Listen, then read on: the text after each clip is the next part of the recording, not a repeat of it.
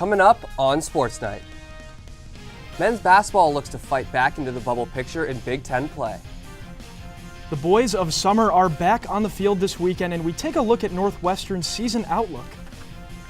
The women's basketball team had a couple of must-win road games this past week. Welcome to this week's special Valentine's Day edition of Sports Night. Love is flying through the air, but spring sports have hit the ground running. We have it all and more on Sports Night right now.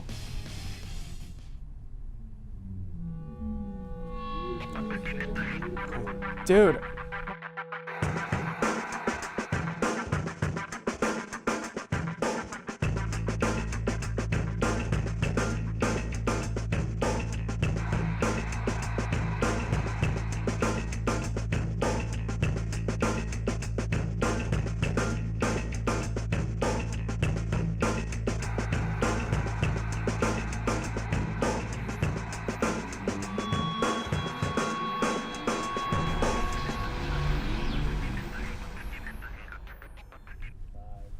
Welcome to Sports Night. My name is Andrew Fenichel, and I'm alongside my partner in crime, Ben Bokun.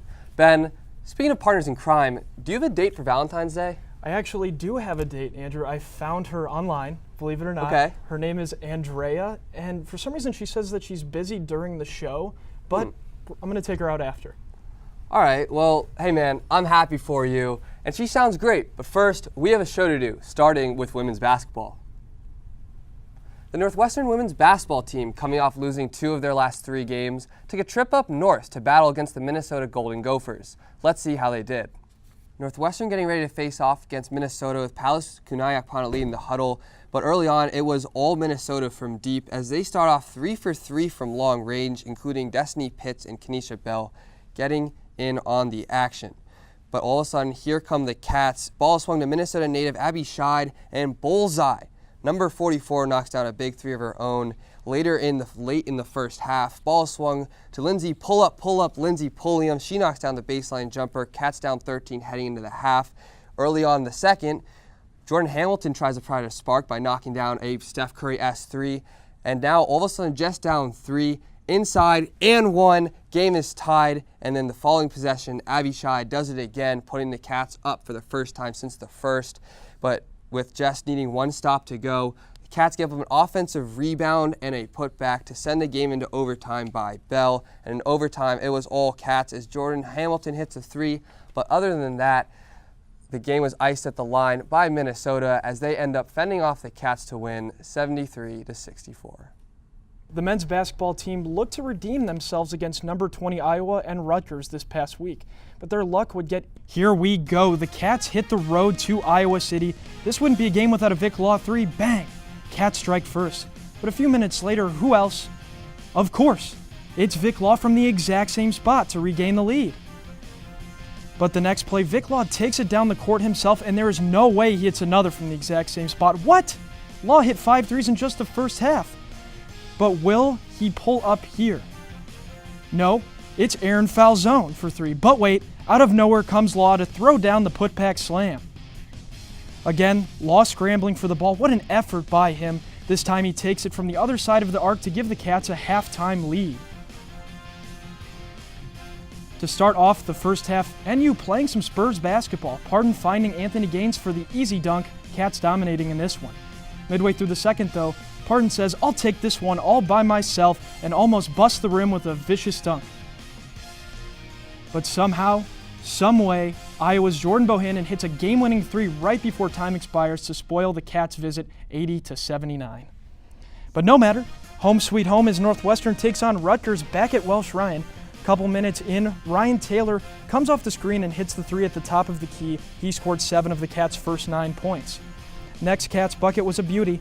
Vic Law to Derek Pardon with a flawless pick-and-roll execution for the smash. Cats up 3. Later on, though, in the first half, Aaron Falzone gets the block. Anthony Gaines gets the loose ball and takes it coast to coast and finishes with the contact. Misses the free throw, though, and it sent it in a halftime tied at 22-22. Fast forward to late in the first half because that's where things got crazy. Vic Law gets the and one, and the Cats were down 51-45. Just over a minute left, and it's Vic Law again with the 3. This is his show. He brings the Cats to within 2. Under 40 seconds left though, NU has to get a stop. But Rutgers' Miles Johnson gets the tough and one bucket to seal the game. Cats lose 59-56. Now joining me to talk some Wildcat hoops and break down Vic Law's final 3 shot attempts from the Rutgers loss last night is Charlie Goldsmith of the Daily Northwestern. Charlie, let's get it started. Break it down. So here we have Vic Law at the top of the key. Cats down 4 in a must-score possession here to prevent the Wildcats from losing, which they eventually did. We can roll a clip. Vic Law sets the screen by Derek Pardon. The defense sells so hard on Derek Pardon, he's doubled down low. But then look here. We can freeze it right there. 2 guys down low, number 24 and number 25 on Pardon, leaving Vic Law wide open, springing out to the corner. He'd been so dangerous earlier in the game. Turner finds him again. He hits a 3 to cut the deficit down to 1, and Northwestern is back in the game. I mean, yeah, I think underrated part of this play, if we can pause it right there, going back, is that cross-court swing pass from A.J. Turner. He was double-teamed, didn't have a ton of time to make that pass. It was a quick read. Moving on, what happens on this play? This is an out-of-bounds play. Chris Collins called it his favorite out-of-bounds play that he sets up to get Northwestern going downhill, going to the basket. Roll the clip. Law inbounds the ball to Pardon. Pardon stops, dribble handoff to Vic Law, and freeze. 2 guys again seal to Derek Pardon, Northwestern's most efficient offensive action. Law has so much room to work with. He has 2 options here. He can pull up for a mid-range jumper, or he can attack the basket. Let's see. Law goes into 4 defenders in a crowded paint, throws up a miss. Rutgers takes it down and gets the foul drawn. Now, Vic Law's a 55% shooter at the rim. He had 2 maybe better options, pulling up for that mid-range 2, or potentially looking for a teammate down low. But Northwestern's perimeter shooting had struggled so much over the game that they knew just had to take Law away. You're right. It wasn't a pretty game from 3 for Northwestern, but real quick, if we can pause it really fast, I know you might be a little biased, but do you think that was a foul? Do you think Vic Law got fouled on that drive? You have the principle of verticality when you're in the hoop. You have the right to your own ground. Rutgers is one of the biggest teams in the country, not just the conference, and they own the rim. That's what they do. That's how they took Derek Pardon away down the stretch. That's true. I mean, nonetheless, though, the Cats had a chance to tie it with just 7.5 seconds to go. So what happens on this play? We can roll this clip as well. Law, for some reason, inbounds the ball to Turner, who gets it back to Law. Law crosses half court with 3.1 seconds left. It's not that much time. And we can say Law was leading Northwestern's offense down the stretch, but the reluctancy to make him the ball handler on every possession was the reason I think Law didn't realize that he had to be the one to receive the inbounds pass. Turner got the inbounds pass, not Law, but the whole play was to get Law the ball. It's 4 seconds right there. So now Pardon sets a screen, and these 2 guys don't even have to worry about Pardon because he's 30 feet from the basket. We can roll the clip and see Law has just 1 second to heave something up, misses rim altogether, and that's the ball game. Yeah, not much Vic Law could have done on that play. And like you said, inbounding the ball to Turner there kind of cut the time short for Vic Law to get up the court. And hey, our time is cut short here with Charlie Goldsmith. Thank you so much for coming on the show. Next up for the Cats is a road game against the Nebraska Cornhuskers. For the first time since last spring, baseball is back. We have a special guest here to help us take a look at this year's club and much more after the break. Stay tuned. At Northwestern, we're Wildcats in every way.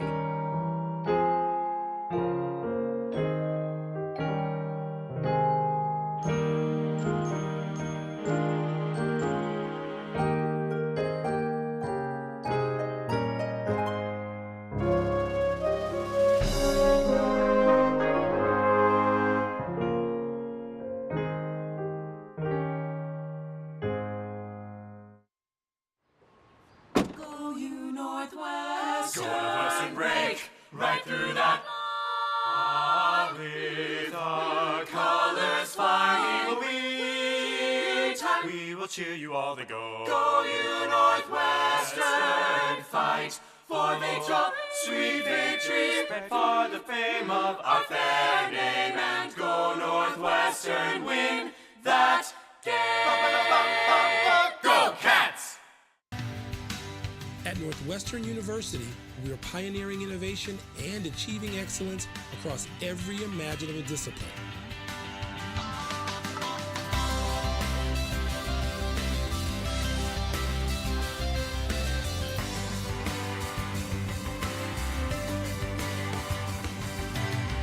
At Northwestern University, the possibilities are endless.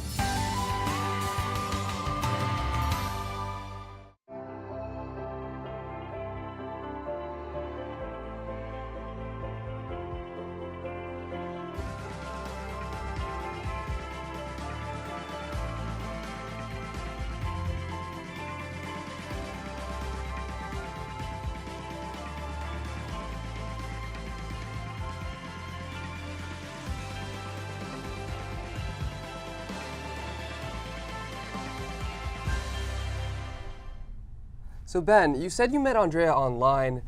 I guess you haven't met her in person. Do you know anything about her though? Like what's her favorite food? Well, the bio on her account actually said that her favorite food is SpaghettiOs. So, I guess her favorite food is SpaghettiOs. That's interesting because my favorite food is actually SpaghettiOs too. And either way, while you were busy swiping right on Andrea, I was swiping right on women's lacrosse. Historically, the best team on campus is the women's lacrosse team. After debuting their season at number 7 in the National Inside Lacrosse Poll, the team kicked off their season this past Friday against Louisville. A dominating performance start to finish, the Wildcats balled out against the Cardinals in front of a sold-out crowd of 518 at the brand new indoor facility on campus, Ryan Fieldhouse. The game was over by halftime, let's be real, when the Cats took a 15-4 lead into the break. Senior Selena Lasota led the way for Kelly Monte Hiller's squad with 5 goals, and Lauren Gilbert and Claire Quinn found the back of the net 3 times each. The stud between the pipes, Julie Krupnik, well, she had 5 saves for the Cats as she looks to improve upon her impressive freshman campaign last year. Next up for the Cats is a home matchup against a fellow top 10 academic school, Dartmouth, on Friday. I know what you're thinking. How can baseball possibly be back already when a polar vortex has caused consistent 20-degree temperatures in Evanston? Can a player even hold a bat in this weather? Well, Northwestern's games are still being played, just not in Illinois yet. Tomorrow night, the Cats make their season debut in Hot Mesa, Arizona against BYU. Northwestern will play 3 games against the Cougars, including a doubleheader on Saturday. Then on Sunday, the team moves to Tempe, Arizona for 1 game to take on Cal.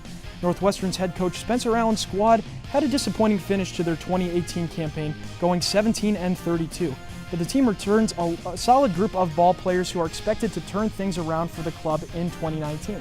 Hank Christie, Jack Dunn, and Alex Arrow were recently added to the Big Ten's preseason honors list. Dunn was an All-Big Ten honoree after his strong effort last year.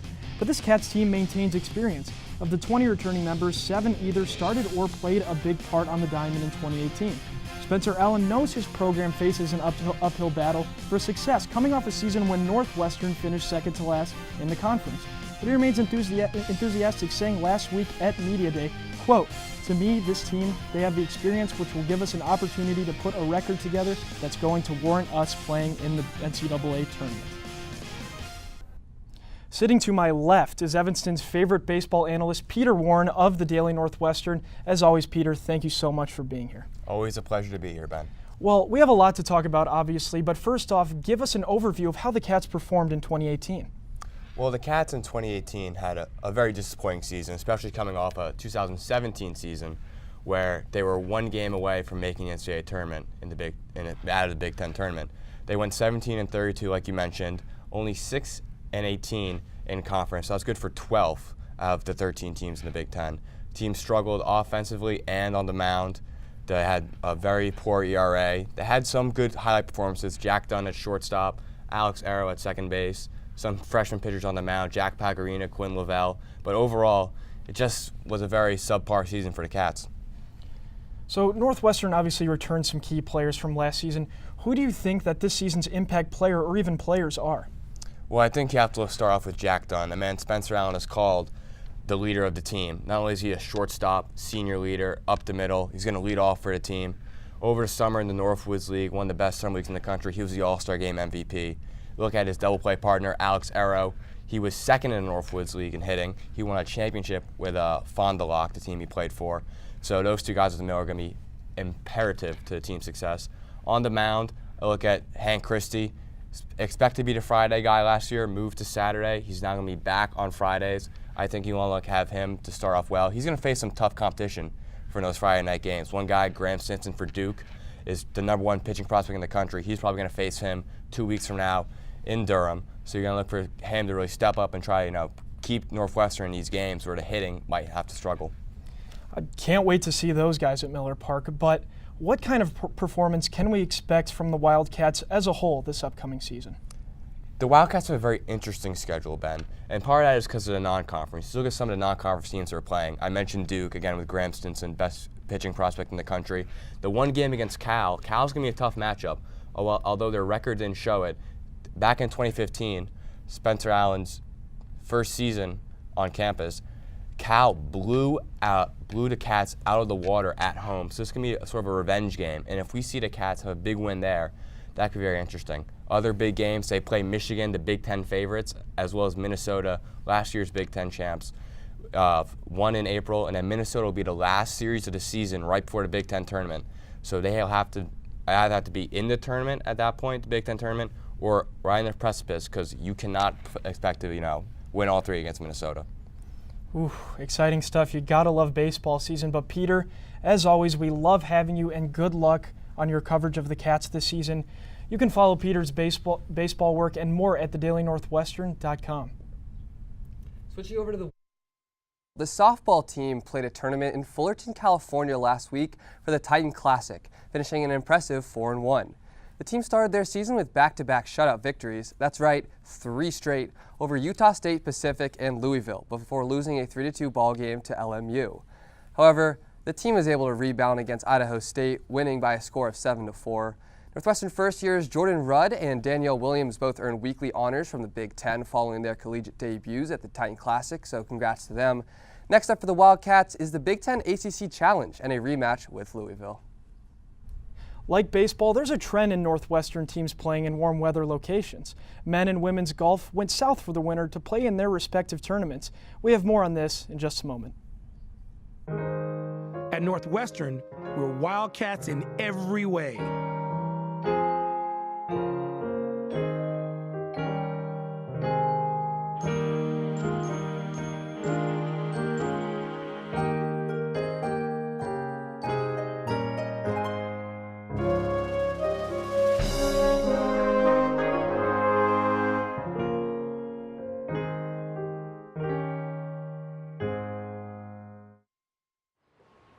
Go Northwestern, break right through that. With our colors flying, we will cheer you all to go. Go you Northwestern, fight for victory, sweet victories, for the fame of our fair name, and go Northwestern, win that game. Go Cats! At Northwestern University, we are pioneering innovation and achieving excellence across every imaginable discipline.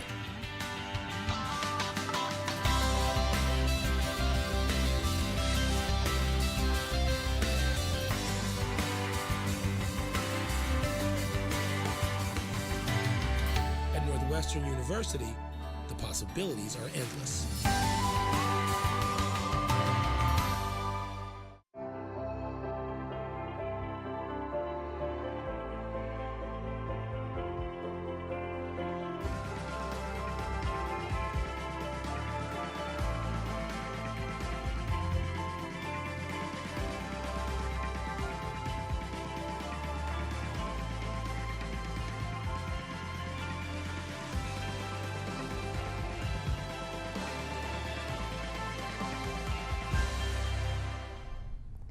Andrew, now I've told you what I'm doing for Valentine's Day. What do you have planned? Oh, nothing. All right, sounds good. The men's golf team competed in Big Ten match play this weekend in Palm Coast, Florida. Junior Everton Hawkins put on a stellar individual performance, earning wins against Purdue and Michigan State. Overall, the Cats finished in 8th place after narrowly losing to Michigan State in the 4th round. The Cats now have a couple of rest days before they travel to La Quinta, California for the Prestige at PGA West tournament this weekend. Switching greens, the 15th ranked Northwestern women's golf team competed in Rio Mar, Puerto Rico this past week, finishing 4th in the 14-team field with a 54-hole total of 879. Among the individual highlights was first-year Kelly Sue carding her first round under par of her collegiate career Tuesday to finish tied for 15th at the Lady Puerto Rico Classic. Senior Jeanette Mao also bounced back from a disappointing second round with her 5th round of par or better this season. The Wildcats will be back in action in 2 weeks when they travel to San Luis Obispo, California for the Bruin Invitational. After going down 3-0 in the final set, Caroline Pozo of the women's tennis team won 6 games in a comeback effort to win the final set 6-3. This performance gave number 12 Northwestern a 4-3 win over the number 18 LSU Tigers at its ITA National Indoor Team Championships in Seattle. Because of the weather, many teams in the tournament only played 2 matches, but this event put the Wildcats at 4-3 in dual matches this season. Julie Byrne and Hannah McColgan won at number 2 doubles, while Ria Doshi and Pozo achieved victory at number 3 to give Northwestern the doubles point. Byrne, Clarissa Hand, and Pozo's wins in singles combined to give the Wildcats the program's 3rd-ranked win of this season. Team takes to the court again tomorrow when it faces Baylor in Evanston at the Culm Tennis Center. The men's tennis team, after an up-and-down start to their season, thought it'd be a smart move to turn their year around. Enter the academic powerhouses of Harvard and Purdue. Northwestern claimed their 4th win of the season this past Saturday, taking down the Harvard Crimson 4-3. Northwestern dominated doubles play as the duos of Simon Bratholm and Nick Brooks, Chris Efron and Dominic Starry, and Antonioni Fasano and Trice Pickens all won their respective double matchups. Wow, there are some incredible names on this team. Singles wasn't as great for the Cats as they split the 6 matchups 3-3 with the Crimson. However, the Wildcats were able to pull it out in the end. Of course, the star of the show for Northwestern is number 115 ranked Dominic Starry, who, playing number 1 singles, defeated Andy Zhao of Harvard 6-1, 7-6. Moving right along, the very next day the Cats were back in action, taking on the Purdue Boilermakers. But unfortunately for my co-host and Purdue fan Ben Bokun, the Cats took care of business. Northwestern closed out their busy broom-filled hint sweep weekend with a win against Purdue, taking the matchup of Big Ten teams 5-2. In a match very similar to the one against Harvard, the Cats claimed their first point of the match with wins from the doubles teams of Simon Bratholm and Nick Brooks 6-1 and Antonio Fasano and Trice Pickens 6-2. And just like the day before, singles were a mixed bag, but Northwestern was actually able to take 4 of the 6 matchups, headlined by Nick Brooks taking down Purdue number 1, Athel Bennett 6-3, 7-5. The Northwestern cross-country team had a couple of indoor track meets this weekend in Michigan and Iowa. Junior Aubrey Roberts finished with a school record in the 3,000 meter, which highlighted 5 top 5 finishes for the Wildcats. Junior Sarah Nicholson finished 2nd in the 3,000 meter, running a season best at 9 minutes 53 seconds. Junior Kelly O'Brien posted a pair of top 5 finishes in the 1 mile and 3,000 meter. Cats will run again on the 24th of February in the BU Last Chance Invite in Boston. Moving on to fencing, the Northwestern women's fencing team was on the road this past Sunday in Durham, North Carolina. Second-ranked Wildcats defeated 3 of 5 opponents at the Duke meet, including number 6 Duke, Air Force, and Boston College. However, they fell to number 4 Penn State and North Carolina. Big picture, NU concluded dual season at 39-5, its highest dual winning percentage since going 45-4 in the 2009-10 campaign. Northwestern started the day off strong, with the Sabre and Foil squads picking up 5-4 decisions. However, it would not be enough as the North Carolina Epistes rallied for the 14-13 upset win. Chicago's Big Ten team will conclude its regular season with the Junior Olympics individual event in Denver, Colorado over the long President's Day weekend. Volleyball season is over for the Northwestern Wildcats, but things are just getting started for one group in Evanston, the men's club volleyball team. Emma Ruby has the story. For Northwestern graduate student Jenny Glarum, playing 4 years of collegiate volleyball at MIT simply was not enough. I've always wanted to keep playing my whole life and stay involved in the community, whether it was playing adult leagues, an adult, or coaching middle school or high school age kids. Glarum decided to get involved with club volleyball at Northwestern. Finding that the women's team wasn't a great fit, she found herself trying out for the boys' squad. She came in, kicked ass from the first day, and was totally fine. Dynamic has been great. Jenny is fantastic. She's one of our more dedicated members. She shows up to everything. She's very vocal. She's a leader. She gets along well with everyone. We just love having her around. But that doesn't mean that Glarum doesn't have hesitations when competing. It's kind of hope for the best, expect the worst from those things, but my team's all used to it. No one bats an eye anymore. They all just know I'm one of the players. You never know what you're gonna get from another teammate or from somebody else on the team where it's they aren't used to playing with them. While there haven't been any major issues for Glarum, team members admit that in general, it can be hard to get people involved.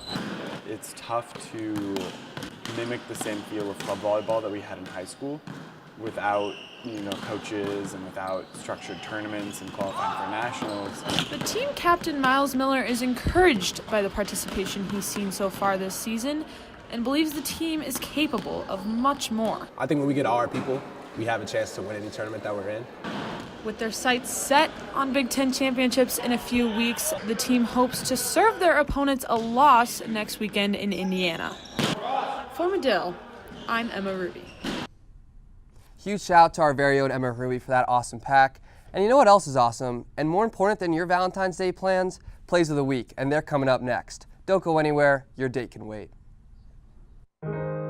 At Northwestern, we're Wildcats in every way.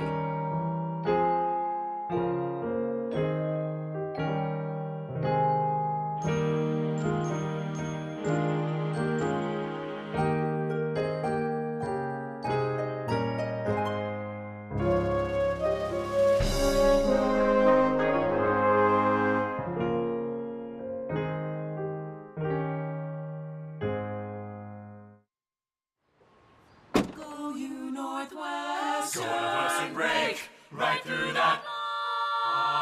With our colors flying, we will cheer you all to go. Go you Northwestern, fight for victory, sweet victory, for the fame of our fair name, and go Northwestern, win that game. Go Cats! At Northwestern University, we are pioneering innovation and achieving excellence across every imaginable discipline.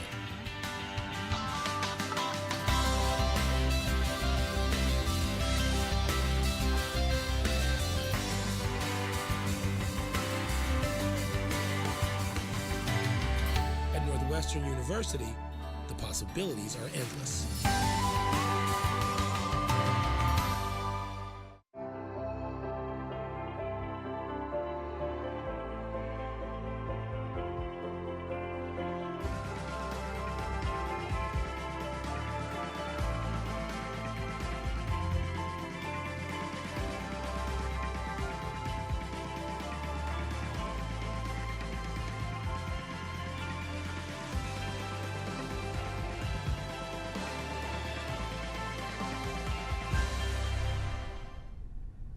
Andrew, I gotta hurry. I have a date to get to after the show.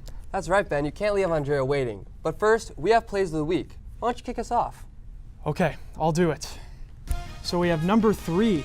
Right now, Ryan Taylor finds an open Barrett Benson, and the throw throws it down with the right hand. At number 2, Tessa Chad is one of the best goal scorers in the ACC, but Julie Krupnik saves it with her face. Chad went 1 for 5 on free position shots, and the Cats won 21-11. And here we go at number 1, the top play of the week. Veronica Burton slices into the lane, puts up a shot with contact, and gets the and one. Well, that's all the time we got on Sports Night this week. Ben, it's been a great show, but before we go, there's something I gotta tell you. What? Nope. Nope. I'm sorry, man. Nope. I'm sorry, man. Andrea was me the whole time. I don't know what to say. I'm sorry. For Ben Bokun, I'm Andrew Fenichel. This has been an awesome episode of Sports Night. Happy Valentine's Day, and we will see you next week.